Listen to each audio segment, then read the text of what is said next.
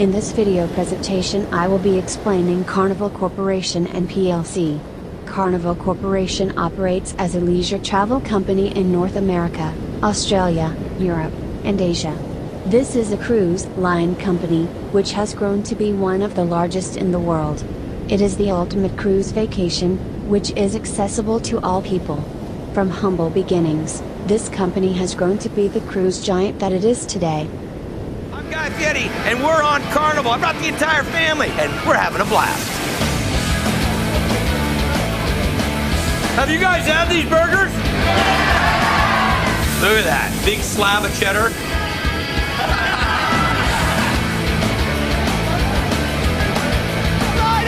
Ellis, you're out. Oh. This is the newest concept we've done called Pig and Anchor. We have blue ribbon chicken, we have real deal brisket, we have beans, we have mac and cheese, pulled pork, you name it. Pitmaster, nicely done, beautiful. Look at that bark on there. Thanks guys, good dudes. Bang for the buck, you can't beat a Carnival cruise. You get to see 3 different beaches on one vacation. And I'm not the pitch guy, I just do the restaurants. But dollar for dollar, pound for pound, you can't find a vacation like it. Oh! This is exactly what this is all supposed to be. Carnival Corporation has grown into the most successful and prominent American cruise line, after very humble beginnings. Carnival was founded in 1972 by Ted Arison, an Israeli immigrant. In 1968, at the age of 42, Arison moved to Miami to operate a small Israeli-owned cruise ship running between Florida and the Caribbean. When the Israeli government impounded the boat to collect the owner's debt, Arison quickly filled a Norwegian Caribbean line ship with the customers he had lined up. Realizing that he should own boats rather than operate them for others, in 1972 he entered into a partnership with former schoolmate Meshulam Riklis. Together they formed Carnival Cruise as a subsidiary of ATES, and for $6.5 million they purchased the ship Empress of Canada, which they renamed the Mardi Gras, and this first and singular ship created the start to a huge corporation. In 1974 Arison bought Riklis' share of Carnival for $1, but along with this he also assumed the company's debt of more than $5 million. To make sure that he got rid of this debt, Arison cut costs. He sought to reduce fuel consumption by reducing the speed of the Mardi Gras and the number of stops it made.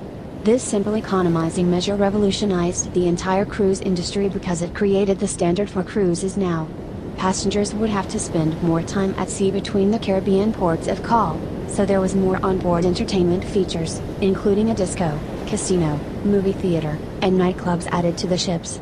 The ships became the places to be, all-inclusive, fun places. The 1970s brought more people on board ships in larger numbers than ever before. Cruise lines became so popular that there was an increase in passengers from 500,000 in 1970 to 2,100,000 in 1986. The 1980s brought the cruise industry massive expansion. Carnival was the chief exponent and beneficiary of the boom. In 1982 Carnival's 4 boats carried some 200,000 passengers, and this enabled the firm to earn $40 million on revenues of about $200 million. Beginning in 1980, Carnival's revenues grew 30% annually, 3 times faster than the average for the cruise business as a whole, which was very remarkable. With more passengers, Carnival cruises were consistently running at full capacity.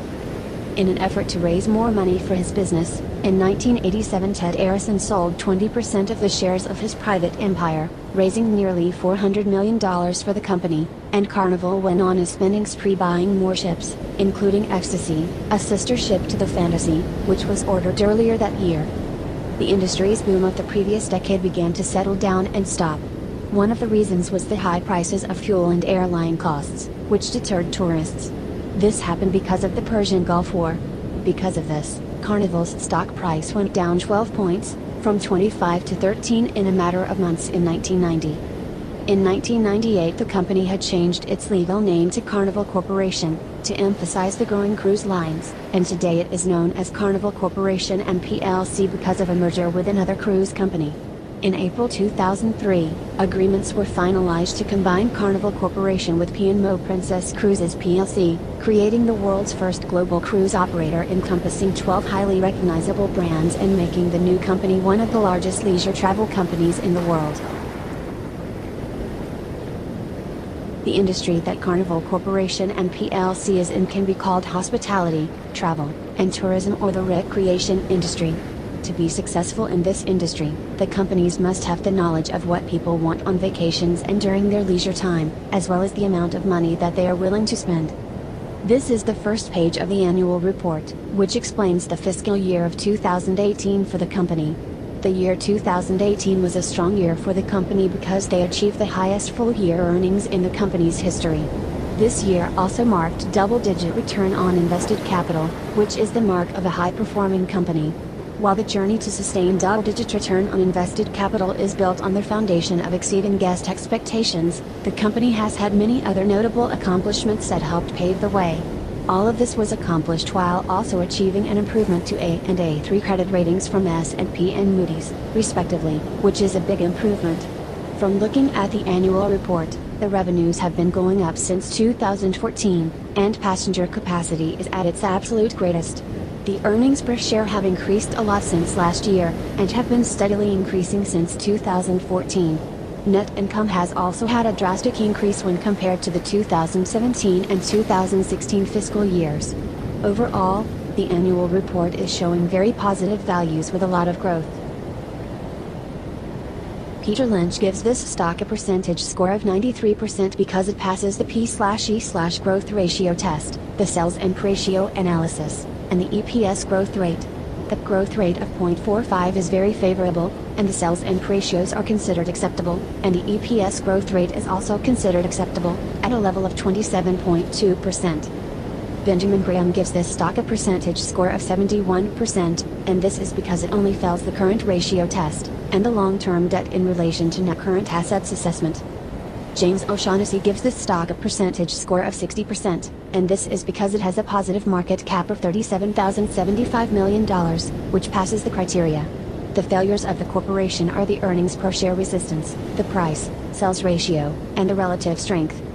David Dreaman gives this stock a percentage score of 43%, and this is because of the failure of the earnings trend to be greater than the last quarter, the failure of the EPS growth rate in the immediate past and future to be higher, the failure of the P ratio, and the failure of the price, cash flow ratio.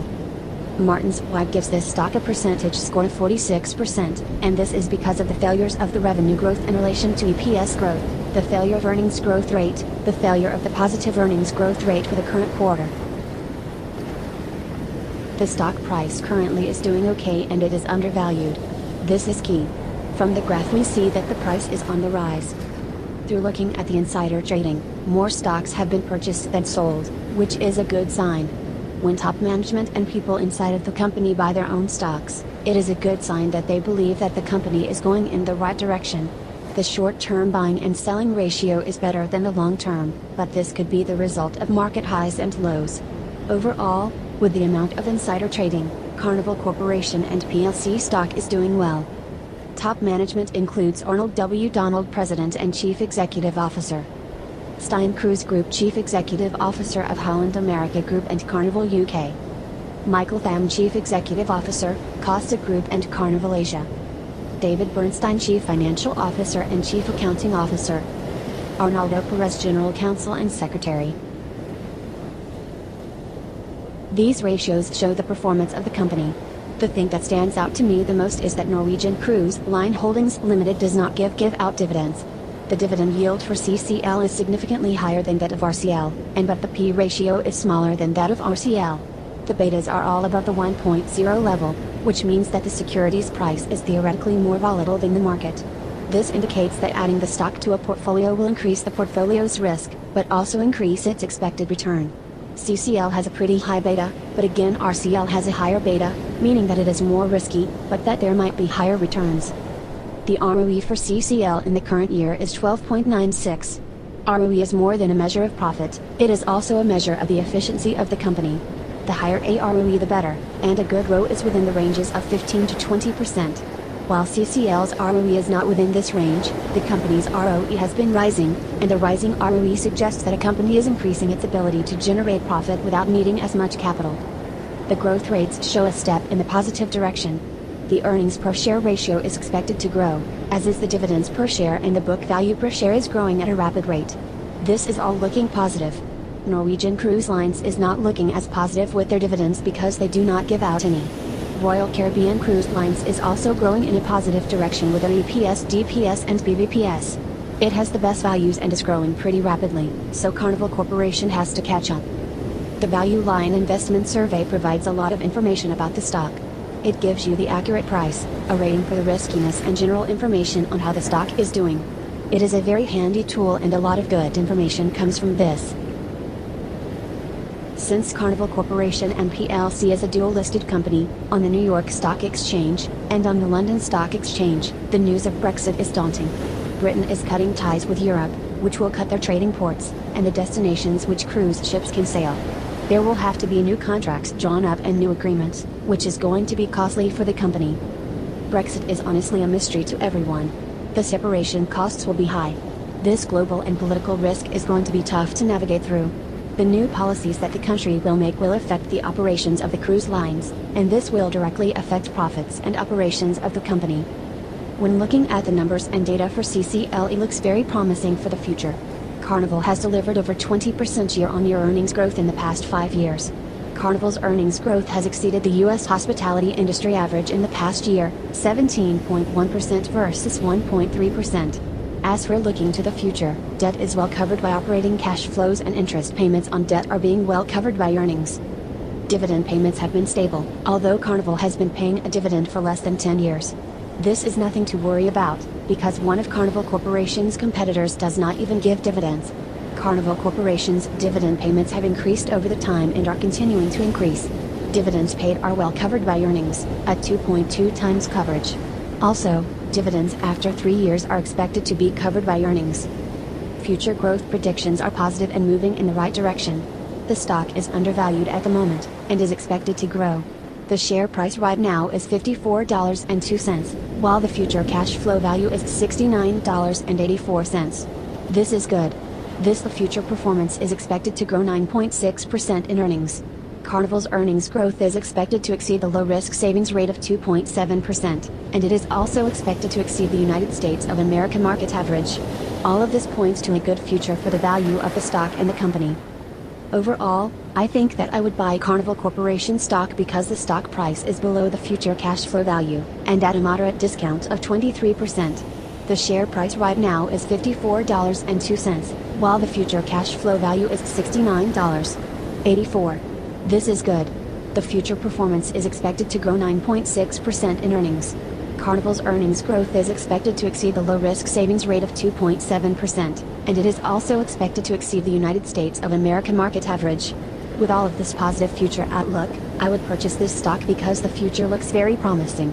This seems to be a good long-term investment because of expansion and future growth.